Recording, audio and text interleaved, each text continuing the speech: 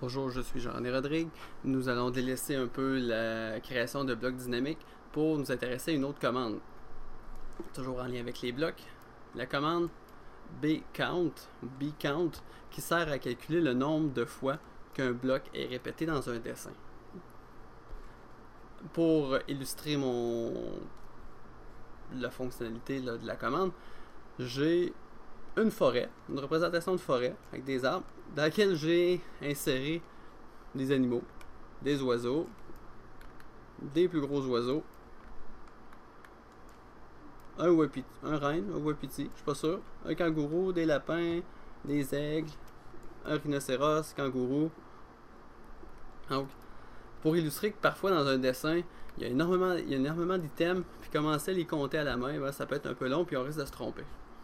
La commande bcount, commande anglaise, et qui n'est pas traduite. Pour cette raison, si vous avez AutoCAD français, il faut l'inscrire avec le tiret souligné en avant. Si vous avez AutoCAD anglais, il faut inscrire seulement le mot sans le tiret souligné. Et non plus, elle n'a pas de bouton. Il faut la retenir et il faut la taper au clavier. Donc, j'ai AutoCAD français. Donc, je vais taper barre tiret souligné BCOUNT. Entrée. Sélectionner les objets. Je vais sélectionner tout ma forêt. Appuyer sur Entrée. Et ça me génère un rapport. Je peux venir ici agrandir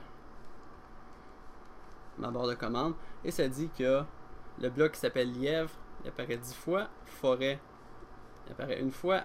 Orignal 4 fois. Rhinocéros 1 fois. Kangourou 3 fois. L'aigle 2 fois. Héron 4 fois. Et il y a aussi 7 mouettes dans mon dessin. Fait que rapidement, je peux prendre ça. CTRL-C, CTRL-V dans un autre logiciel. Puis je peux venir rapidement compter combien il y a d'éléments dans un dessin. Par exemple, c'est à noter, la commande bcount, qui est une vieille commande, fonctionne pas avec les blocs dynamiques. Donc s'il y a des blocs dynamiques dans votre dessin, elle ne va pas en tenir compte. Par contre, c'est la seule commande qui permet de compter des blocs dans AutoCAD. Donc c'est un compromis à faire. Elle ne fonctionne pas avec les blocs dynamiques. Donc c'est maintenant à votre tour de rapidement essayer de compter combien il y a d'animaux dans la forêt.